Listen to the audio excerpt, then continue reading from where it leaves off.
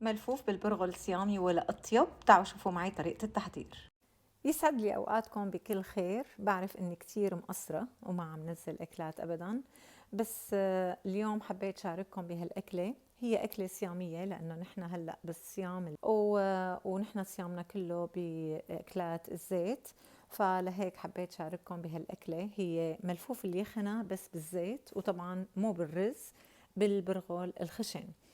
فالمكونات اللي بنحتاجها هي بصل أخضر، ثوم، بقدونس، ليمون، برغل خشن، وطبعا راس ملفوف، ودبس الرمان، دبس بندورة، ملح، وبصلة عادية. هلا أنا عندي بصلة حمراء، فيكم تجيبوا البصلة البيضاء إذا ما بتحبوها، فلفل أسود، زيت زيتون، وبندورة. ويلا نشتغل مع بعض ونشوف طريقة التحضير، وإن شاء الله تعجبكم. هاي الملفوفة هلأ منقصها هيك دار من دار، وبنشيل هاي القرمية، وبعدين بنسلقها.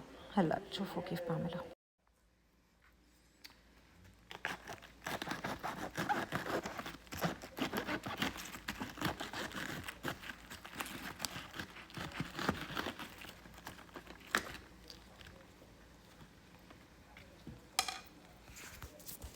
هاي هي الطريقة اللي بنشيل فيها القرمية، وهلأ بنحطها بالمي اللي غليانة لحتى نقدر نشيل الورق ورقة ورقة. أول شي بنحطها على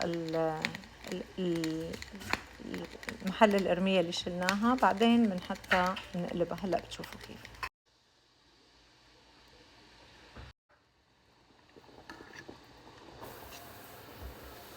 شايفين الوراق كيف ببلشوا يطلعوا لحالهم؟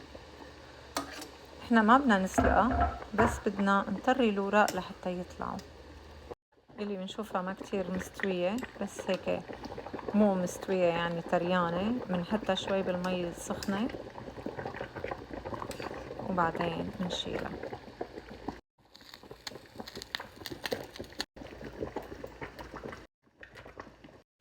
رح خلصهم وارجع لكم.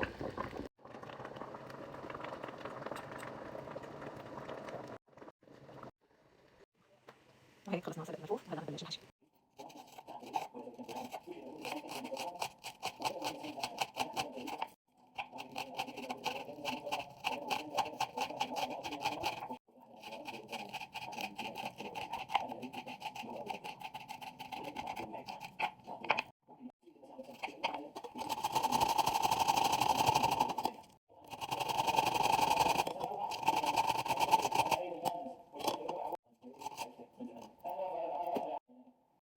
كمان أنا الثوم بحب إنه أبرشه برش على هاي الجهة.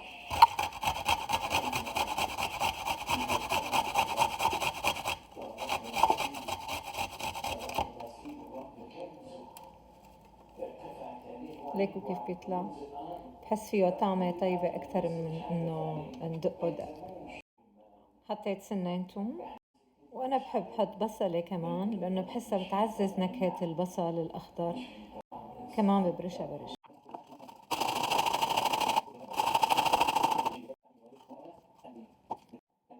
وهي البقدونس فرمتهم. بحط كاسة برغل بس بغسلها وبصفيها، يعني ما بنقعها.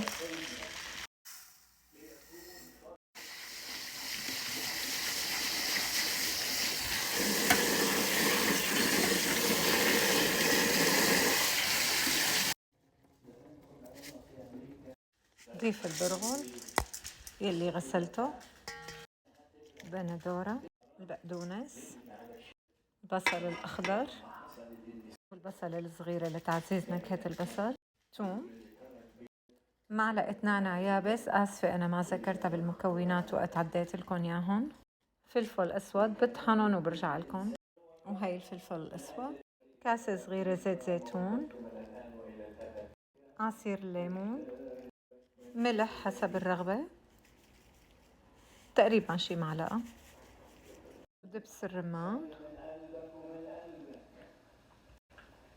وبنخلطهم مع بعض.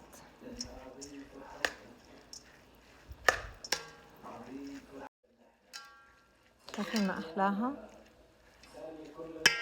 ما بننسى معلقة دبس البندورة. وهيك صارت جاهزة. يلا نشوف كيف بنحشيها بالملفوف. بنجيب الورقة، بنشيل هيدا الضلع اللي هون وبنحتفظ فيه. هلا بقلكن شو بنعمل فيه بعدين. بنقص الورقة القياس اللي نحنا بدنا اياه، ما بيأثر. وحتى إذا فيها هيك شي مثلا خربان أو شي بنشيله على جنب كمان، بنحطه مع الضلوع. ما شرط يكونوا الورقات كلهم بقياس بعض على الشعرة، بس إنه لأنه هذا الورق يعني ما بيأثر، مو مثل ورق العنب. هلا بنجيب معلقة، ما منكتر كتير حشوة لأنه البرغل بده ينفش. لاحظتوا كيف نعملها؟ منسكرها من جهة واحدة ومنلفها هيك بهالطريقة.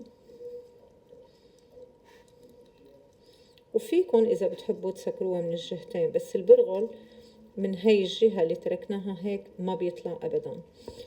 ومنصفهم بالصينية لحتى نخلص الكمية. رح أعمل وحدة تانية قدامكم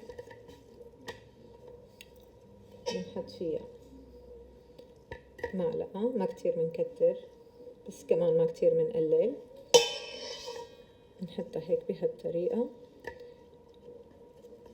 نسكرها هيك ومنلفها.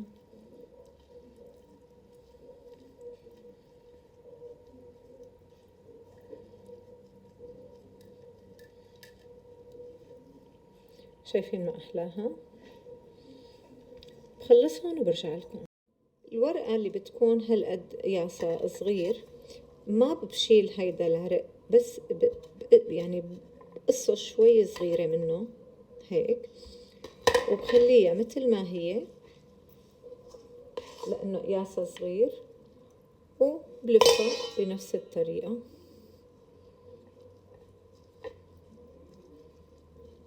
فيكن تسكروها من هون ومن هون مثل ما منلف ورق العنب، وفيكن تسكروها من جهة واحدة، انتو أحرار الطريقة اللي بتناسبكم. شايفين ما أحلاها؟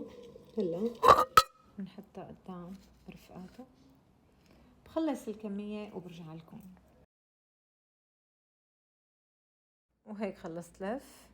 هلا هدول يلي قطعناهم بنحطهم بسفل الطنجرة.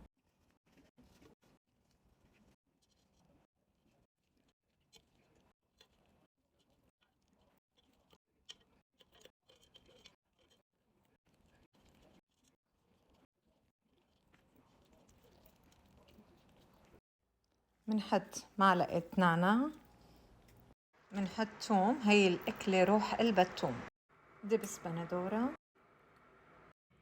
بغلي مي وبضيفها على دبس البندورة، بنحركها منيح، بنحط لها دبس رمان وبنحرك وبنظبط الملح. هلا بنحط التقالة وبنكبسها منيح، وبعدين بضيف المي وبتركها على النار شغلة 45 دقيقة أو حسب ما انتو بتشوفوها إنها استوت ولا لا. المي بدها تكون غامرتون كلياتهم هيك. بس تبلش تغلي بوطي تحتها وبتركها لحتى تستوي. نشوف إذا استووا. الريحة عن جد بتمنى لونكم هون تشموا. ناخد وحدة لندوقها.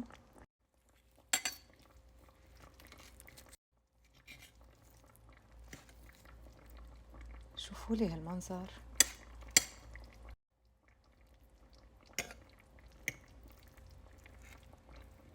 شوفوا لي البرغل ما أحلاه، شوفوا لي هالمنظر، عن جد شي بشهي القلب.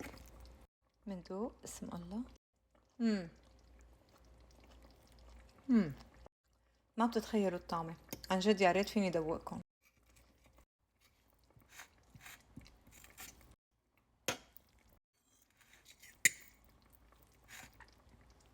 رائع رائع، بتمنى الكل يجربه.